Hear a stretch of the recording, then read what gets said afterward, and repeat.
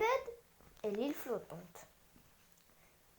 Sindibad se tint debout sur le rivage afin de contempler le merveilleux coucher du soleil et attendre l'arrivée probable d'un navire sur lequel il s'embarquerait.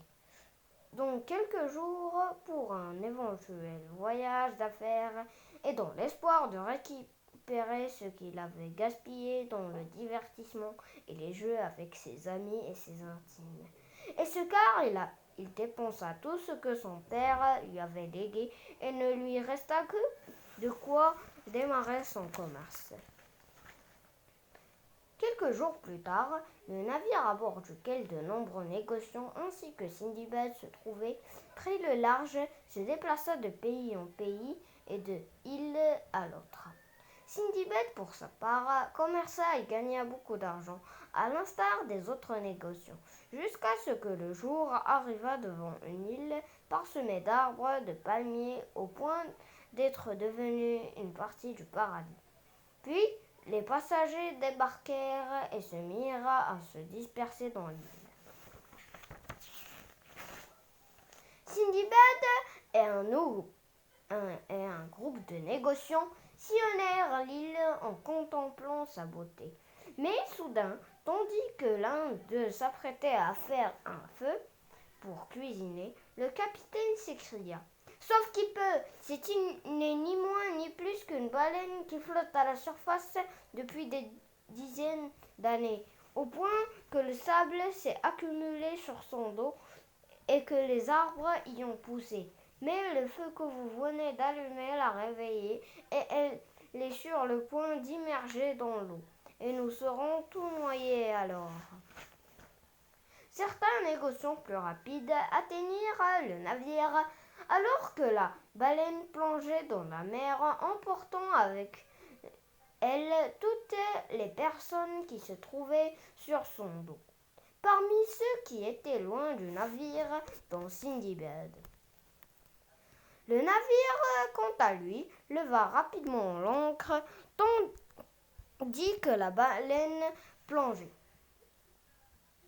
Et ceux qui demeuraient sur le dos de la baleine se noyèrent, à l'exception de Sindibad, qu'Allah le Très-Haut avait honoré. En effet, il trouva un morceau de bois auquel il s'agrippa et commença à affronter les vagues jusqu'à ce qu'il parvint un laps de temps plus tard à une île.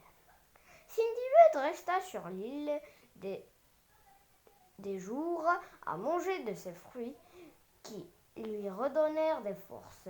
Alors qu'il marchait, il aperçut soudain une jument d'une beauté sans égale, attachée à un piquet.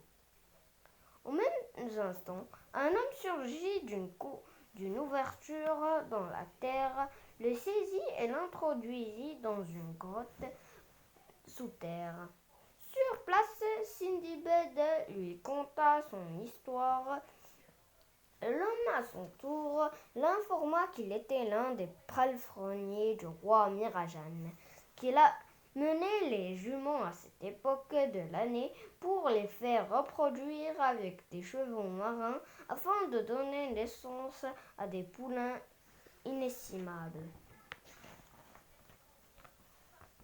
Après que la mission des palefreniers toucha à sa fin, il retourna à leur royaume en compagnie de Sindibad. Arrivé chez le roi, il lui conta son aventure. Ce dernier l'honora et le désigna contremaître au port, enregistrant tous les navires et bateaux qui entrèrent au port. En même temps, il demandait souvent après la direction de Bagdad pour s'y rendre, mais aucun ne connaissait sa position. Il resta ainsi un bon moment, mais un jour un navire vint.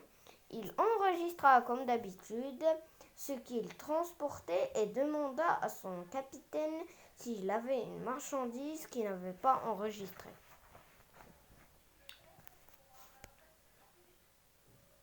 L'homme et les passagers du navire se réjouirent de savoir. Le capitaine lui répondit que la marchandise qu'il transportait appartenait en réalité à un homme qui